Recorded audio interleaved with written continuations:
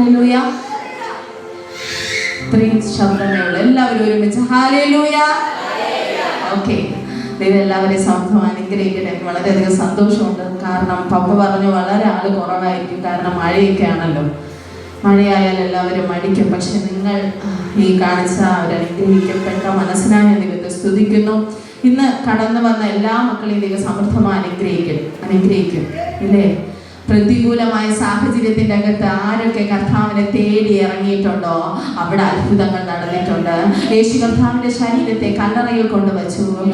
അവിടെ ആ കല്ലറയുടെ വാതിൽ ഒരു വലിയ കല്ലുകൊണ്ട് അടച്ചിരുന്നു.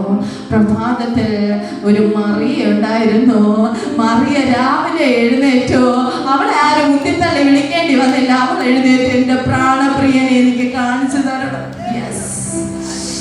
അവൾ നടന്ന് നീങ്ങുകയാണ്. അവിടെ ഒരു തോട്ടക്കാരനെന്ന് നിരൂപിച്ച് ഞാൻ ചോദിക്കുന്നു, ആ മറിയ ചോദിക്കുന്നു, തോട്ടക്കാരാ, എന്റെ യേശുവിന്റെ ശരീരത്തെ നീ എവിടെയാ എടുത്തുകൊണ്ട് വെച്ചത്? എനിക്കൊന്ന് പറഞ്ഞു തരാമോ? ഞാൻ എടുത്തു കൊണ്ടുപോയിക്കൊള്ളാം.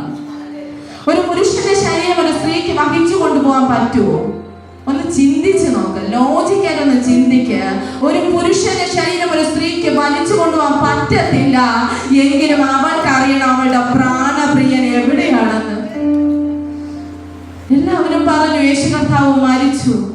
പക്ഷെ അവൾക്കറിയാം 3-ാം നാൾ ഉയർത്തെഴുന്നേൽക്കുമെന്ന്. അവൾ അത് വിശ്വസിച്ചുകൊണ്ട് പുരുഷന്മാര് വരുന്നതിനുണ്ട് സ്ത്രീകൾ വന്നു. അവിടെ വചനം വായിക്കണം.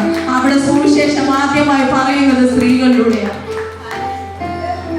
എല്ലാവരും പറയും സ്ത്രീകൾ ബലഹീന പാത്രമാണെന്ന്. ഞാൻ പറയും സ്ത്രീകൾ ബലഹീന പാത്രമല്ല, സമ്പുഷ്ട പാത്രമാണ്. അവരിലൂടെ നടക്കുന്നത് പുരുഷന്മാർക്ക് പോലും ഇപ്പൊ കഴിയുന്നില്ല. നിങ്ങളിലൂടെ ഒരു റിവൈവൽ പൊട്ടി പുറപ്പെട്ട് അതിന്റെ കുടുംബം രക്ഷപ്പെടും. ജ്ഞാനമുള്ളവൾ തന്റെ വീട് പണിയുന്നു. ദൈവത്തിന്റെ ആത്മാവ് ദൈവത്തിന്റെ വചനത്തിൽ പറയുന്ന ഒരു കാര്യം, ഭോഷത്വമായവളോ അവൾ തന്റെ സ്വന്തം കൈകളാൽ ആ വീടിനെ പൊളിച്ചു കളയും. Hallelujah, hallelujah. ആ മറിയെ പോലെ മറിയ തോട്ടക്കാരനോട് ചോദിച്ചു, ആ ശരീരം എവിടെ കൊണ്ടുവച്ചു? എനിക്കൊന്ന് പറഞ്ഞുതരാം, ഞാൻ എടുത്തുകൊണ്ട് പൊയ്ക്കൊള്ളാം. അങ്ങനെ ആരൊക്കെയോ ഇതിൻ്റെ അകത്ത് വന്നിട്ടുണ്ട്. കർത്താവിനെ തിരക്കി നിങ്ങൾ ഇവിടെ വന്നപ്പോ കർത്താവ് നിങ്ങളെ തിരക്കി ഇറങ്ങാൻ പോവാ. ഹല്ലേലൂയ. എവിടെയൊക്കെയോ തകർന്നവരല്ലേ? ഹല്ലേലൂയ. എവിടെയൊക്കെയോ വീട് പോയതല്ലേ? ഇനി നാളെ എന്താകും, നാളെ എന്താകുമെന്ന് ഓർത്ത് കരഞ്ഞ് വിലപിക്കുന്ന കാലഘട്ടം കഴിഞ്ഞു. നമുക്ക് വേണ്ടി 3-ാം നാൾ ഉയർത്തെഴുന്നേറ്റവർ ഇന്നും സ്വർഗത്തിൽ ജീവിച്ചിരിപ്പുണ്ട്. Jesus, hallelujah. ഒരു പനി വരുമ്പോ പ്രശ്നം, ഒരു വേദന വരുമ്പോ പ്രശ്നം. കൈയൊന്ന് മുറിഞ്ഞാ വിളിച്ചിട്ട് പറയും, സിസ്റ്ററെ കൈ മുറിഞ്ഞു പോയി. ചെറുതായിട്ടൊന്ന് മുറിഞ്ഞ, വെജിറ്റബിൾ കട്ട് ചെയ്തപ്പോ മുറിഞ്ഞതാ വലിയ പ്രശ്നം. കാൽവരി കുരിശിൽ തന്റെ ജീവനെ പോലും നമുക്കും ഇവിടെ ആയിരിക്കുന്ന എനിക്കും നിങ്ങൾക്ക് ഓരോരുത്തർക്കും വേണ്ടി മറുവിലയായി തന്ന ഒരു നാഥൻ നമുക്കുണ്ട്. അവിടെ വേദനിച്ചപ്പോൾ അവസാന നിമിഷം കർത്താവ് പിതാവിനോട് ചോദിക്കുന്ന ഒരു കാര്യമുണ്ട്, കഴിയുമെങ്കിൽ ഈ പാനപാത്രങ്ങളിൽ നിന്ന് നീക്കണം. കഴിയുന്നില്ല, അതുകൊണ്ടാ ഈ മാനവരാശിയുടെ ഈ പാപവും ചുമന്നുകൊണ്ട് ആ കാൽവരി കുരിശിൽ നിങ്ങളൊന്ന് ആ ചിത്രം ഒന്ന് കണ്ടേ.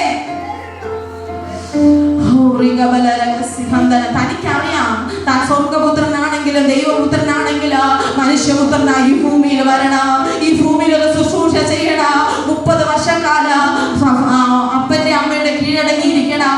3.5 വർഷക്കാലമുള്ള ശുശ്രൂഷ കഴിഞ്ഞ് താൻ ഈ ലോകം വിട്ടു പോകണം. യേശു കർത്താവിന് നന്നായി അറിയാം. പക്ഷേ ഹല്ലേലൂയ, അവസാന നിമിഷം സഹിക്കാൻ പറ്റാത്തപ്പോ പിതാവിനോടൊന്ന് കഴിയുമെങ്കിൽ അപ്പ ഇതിൽ നിന്ന് എന്നെ വിടുവിക്കണം, എനിക്ക് പറ്റുന്നില്ല. അപ്പൊ പിതാവായ ദൈവം എന്ത് ചെയ്തെന്ന് നിങ്ങൾക്ക് അറിയാമോ? ആ പുത്രനെ നോക്കാതെ മുഖം മറച്ചു കളഞ്ഞോ. ആ പുത്രനെക്കാളും ഇതിലിരിക്കുന്ന ഓരോരുത്തരെ അപ്പൻ സ്നേഹിച്ചത് കൊണ്ടാണ്. സ്വന്തം പുത്രനെക്കാളും നമ്മെ സ്നേഹിച്ച ഒരു പിതാവ് നമുക്കുണ്ടെന്ന് നമുക്ക് എങ്ങനെ സ്തുതിക്കാതിരിക്കാൻ പറ്റും? നമ്മളിവിടെ ജീവനോടെ ഇരിക്കുന്നത് തന്നെ അപ്പന്റെ ദയയല്ലേ? ഹല്ലേലൂയ. ദൈവത്തിന്റെ ആത്മാവ് ഈ മീറ്റിംഗിൽ അസാധാരണമായി ദൈവത്തിന്റെ ദൂതന്മാരുടെ സന്ദർശനങ്ങൾ വെളിപ്പെടുത്തും. ഹല്ലേലൂയ. എവിടെയെങ്കിലും ദൂതന്മാർ വെളിപ്പെട്ടിട്ടുണ്ടോ അവിടെയൊക്കെ അത്ഭുതങ്ങൾ നടന്നിട്ടുണ്ട്, അതിശയങ്ങൾ നടന്നിട്ടുണ്ട്, വീര്യ പ്രവൃത്തികൾ നടന്നിട്ടുണ്ട്. നീ പോലും ചിന്തിക്കാത്ത വാതിൽ ലുദിക സിസ്റ്റർ നിങ്ങൾക്ക് വേണ്ടി തുറക്കാൻ പോവുക. അത് ദൂതൻ നിനക്ക് വേണ്ടി തുറക്കാൻ പോവുക. നിന്റെ കാൽ കല്ലിൽ തട്ടി പോകാതിരിക്കേണ്ടതിന് അവർ കൈകളിൽ വഹിച്ചു കൊണ്ടുപോകാൻ പോവുക. നമുക്ക് ദുർഘടകമായ സമയം വരും കേട്ടോ, വേദന നിന്ന് സാഹചര്യം വരാം. പക്ഷെ ആ സാഹചര്യത്തിന്റെ അകത്ത് നാം വീണു പോകാതെ ദൂതന്മാർ കൈകളിൽ വഹിക്കുന്നുണ്ട്. നാം അറിയുന്നുണ്ടോ? ഇല്ല, നാം അറിയുന്നില്ല. പക്ഷെ ദൈവത്തിന്റെ ആത്മാവ് സ്പഷ്ടമായി നിങ്ങളോട് പറയാൻ പറയുന്നു, നിങ്ങളെ തകർക്കാൻ നിൽക്കുന്ന ദുഷ്ടൻ ലജ്ജിച്ചു പോകുമാറ് ചില ദൂതന്മാർ നിങ്ങളെ കൈകളിൽ എടുത്ത് വഹിക്കുന്നുണ്ട്. പലയിടത്ത് ആക്സിഡന്റ് വരാമായിരുന്നു, പല മരണത്തിന്റെ ഭയങ്ങൾ നിന്റെ കുടുംബത്തിന്റെ അകത്ത് വരാമായിരുന്നു. പക്ഷെ ദൂതന്മാർ അനുവദിക്കാത്തത് കൊണ്ട് ഞാനും നീയും ഇന്ന് ജീവനോടെ ഈ ഭൂതലത്തിലായിരിക്കുന്നത്. ഒരു സൈഡിൽ ദൈവത്തിന്റെ ദൂതന്മാർ നിൽപ്പുണ്ട്, മറു സൈഡിൽ അതുപോലെ പിശാചിന്റെ ദൂതന്മാർ നിൽപ്പുണ്ട്. പിശാചിന്റെ ദൂതനെ ഇഷ്ടം എന്നെ പിശാചിന്റെ കൂടെ കൊണ്ടുപോകാനാ, ദൈവത്തിന്റെ ദൂതനെ ഇഷ്ടം ഞാൻ സ്വർഗീയമായി ജീവിക്കാനാ. നിങ്ങൾ ഏത് തിരഞ്ഞെടുക്കും? ദൈവത്തിലുള്ള ആ ഒരു വിശ്വാസവും വിശുദ്ധി നിറഞ്ഞൊരു ജീവിതവും കൊണ്ട് മാത്രമേ നമുക്ക് ദൈവത്തിന്റെ ദൂതന്മാരുടെ കൂടെ നിൽക്കാൻ പറ്റൂ. കർത്താവിന്റെ വചനം പറയുന്നു, എന്റെ ശരീരം ദൈവത്തിന്റെ മന്ദിരമാണ്, ഈ മന്ദിരത്തെ നീ തകർത്ത് കളഞ്ഞാൽ സ്വർഗം മിണ്ടാതിരിക്കത്തില്ല. ഈ ശരീരത്തിനെതിരെ ആരെങ്കിലും ആഭിചാരം കൊണ്ടുവന്നാൽ, ആരെങ്കിലും പഴി കൊണ്ടുവന്നാൽ, നിന്ന കൊണ്ടുവന്നാൽ അതൊന്നും നിങ്ങളെ ഏക്കത്തില്ലെന്ന്. ഇത് പരിശുദ്ധാത്മാവിന്റെ മന്ദിരമാ. പരിശുദ്ധാത്മാവ് നിറഞ്ഞ ഒരു തലമാ നമ്മുടെ ശരീരം.